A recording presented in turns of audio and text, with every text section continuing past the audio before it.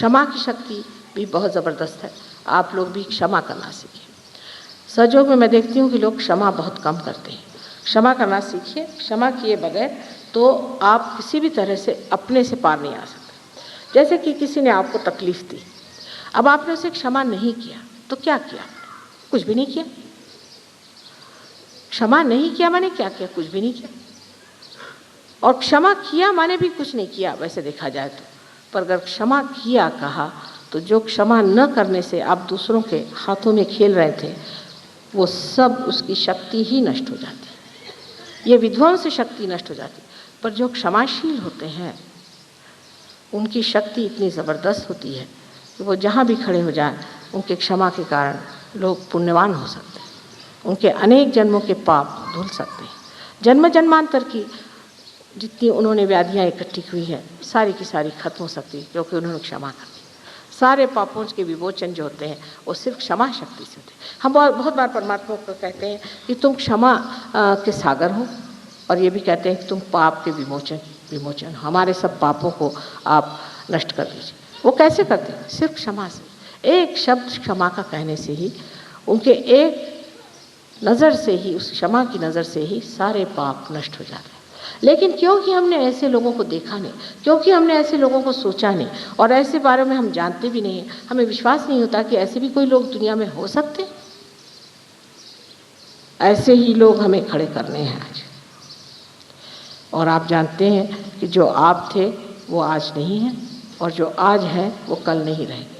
कल ऐसे ही लोग सहयोग में खड़े होने वाले हैं जिनके अंदर दया, क्षमा और शांति की सारी शक्तियाँ प्रज्वलित हैं, और जिनके कारण संसार में हर तरह का आराम, सुख, चैन सब मिलेगा।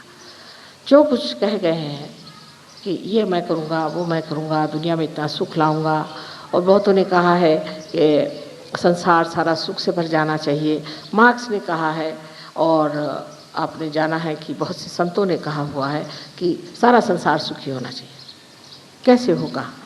एक ही तरीका है, जब मनुष्य अपने उत्थान में कुंडलिनी की जागृति पाएगा तो उसकी मानसिक, बौद्धिक, शारीरिक, सांपत्तिक, इतना ही नहीं पर पूरी तरह से उसकी इस कदर परिवर्तनशील शक्ति हो जाएगी कि वो हर चीज़ को बदल सकता है। हर चीज़ को बदल देगा।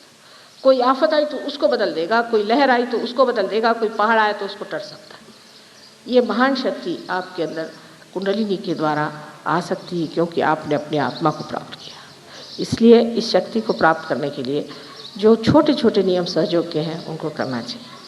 अपने को पहले माफ़ करें, अपने को पहले प्रेम करें, अपने गौरव को पहले जानें।